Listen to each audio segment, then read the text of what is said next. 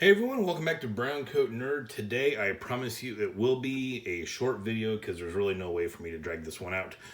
What we're going to be going over is the HK Bipod. Now this is an actual, from what the listing had it as, was an HK contract bipod. It was not one of the cheaper made bipods.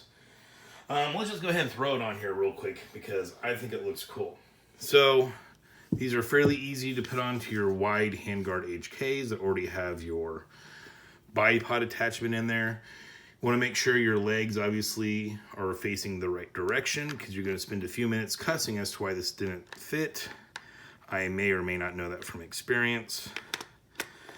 Then you just slide it on, pushing your little locking tab, and voila, it is locked on there. Now, once you put these on there, it definitely does make your HK look a little more beefy. So, threw this on my Century Arms C93. I recently just did a review video of this, if you want to go check that out. But when I first bought this, it was quite a few years ago. And I was looking around for the bipod because I stumbled across this Century HK. It did originally come with this handguard, just in case you're wondering. And the first thing I wanted to do, which I'm sure what every brand new roller delay HK owner wants to do, is get that bipod on there and get the collapsing buttstock. So I was kind of disappointed. At the time when I bought this was several years ago, I could find these bipods, but they were all advertised as being American-made ones. And I had seen some written reviews of people talking about them. And some people claimed they were actually for airsoft. I don't know if they were or not. But I did see kind of lots of complaints on just kind of fit and finish. They weren't very well built. A lot of people kind of talking about how these would just kind of hang down. I did come across one video of a guy kind of talking about how to fix that. If you do have that issue, definitely go check that out. That might resolve your issue. I don't know if that's for everybody though. So I kind of held off on getting one of these, especially because those American-made ones that didn't have a great reputation were going for like 80 bucks. And I'd seen people mention, you know, don't buy those, just spend your 80 bucks on an actual HK one because that's how much they cost. Let's see if I can kind of jam this up in there so it's not all... And so I just didn't buy it. I also never got that collapsing buttstock because I had no clue how ridiculously expensive it was. In hindsight, I wish I would have got one back then because they're now a little more. But anyways, you know, this gun ended up kind of getting pushed back to the closet. You guys have seen my channels. I see a shiny object and boom, I'm getting, you know, a different surplus gun and learning the history of it. And I honestly had kind of forgot about this until I started getting into these Set Me L's recently. And I was like, oh yeah, I've got another roller delay in there somewhere. So I got this bipod from RTG Parts, or Robert RTG. I had purchased, actually I think I may have purchased this ventilated handguard from them. I have a separate video on that as well. It's not too terribly interesting. It's, hey, check this out. It's a ventilated handguard. It's pretty much the video. So I had purchased from them. It may have been the handguard, may have been something else. Had pretty decent quick turnaround on it. I was happy. This did cost me $80. Now on their website they even listed it as being a HK contracted bipod made on original HK tooling, and they specifically call out saying that this is not a POF brand bipod. And they even say, you know, hey, these are the same price as those POF bipods we sold a few years ago that weren't very good. These are much better, same price. So I don't know how long they've had them in stock, but I did notice, because like I said, for a long time, it was actually really hard to find these HK ones. And this kind of got thrown in the back of the safe. And so I don't know how long these will be around, how long they'll be available. I know these HK parts can be sometimes a pain in the butt to get, especially for a decent price. So I just wanted to make a video real quick, especially someone in my shoes that had one of these and just kind of was like, I'm tired of trying to find stuff for it. And we're only finding the US-made POF bipods, and we're trying to steer clear of those.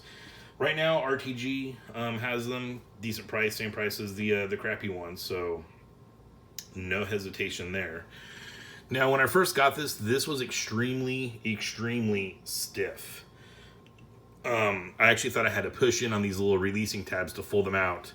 But then, excuse me, drinking Dr. Pepper. Sorry for the belches. But then after handling it, some I realized I can just indeed actually pull it out.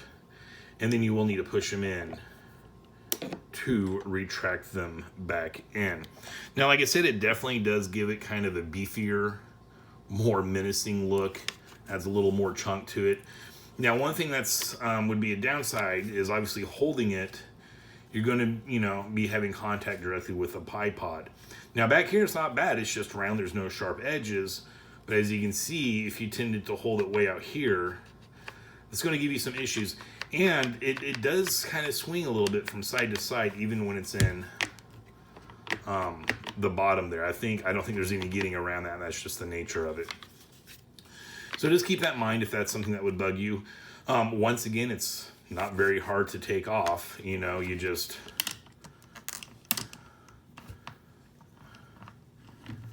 do that and boom, you've got it off, and you can, handle it however you want. Now, the range I go to, I am still stuck using an indoor range. However, hopefully that might soon change. I mean, you can get your booth set up where you can do prone shooting. I just never bother with it. So, am I going to use this bipod a whole bunch? No, not at all. There's a chance I might never even use it. Did I still want to get one? Yes, absolutely. Did I want to get one just because it looked cool? Not going to lie. That's 100% the reason I wanted to get one. So, I got one. Another thing to note, if you get one of these, the standard 40-round mags that these come with, if you're going to try to kind of set this up as display, is this even going to be wide enough? The 40-round mags are going to get into your way. So, I'll pull out one of these embarrassing mags I keep hidden underneath my bed mattress, the Pro Mag. The 30-round ones I think will fit in there. Yeah, the 30-round ones will fit in there. I know you guys can't see it, but it does. So if you're wanting to kind of set this up like so, 30-round mags will work. Hopefully you have an HK 30-round mag and not a Pro Mag. As I mentioned in my video, those did kind of work in this. I did have a few more issues with that Pro Mag than using the original mag. So I've decided to kind of try my best not to use those.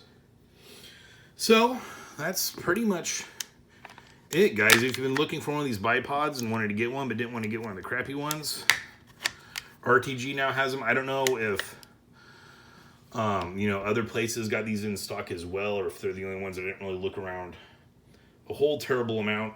Gun parts are just kind of hard to find these days, but that's it. Your HK contract bipod from RTG Parts, $80. They are available now if you want one. I'd recommend snagging it up. All right, guys, that is it. Thank you for watching. Stay shiny.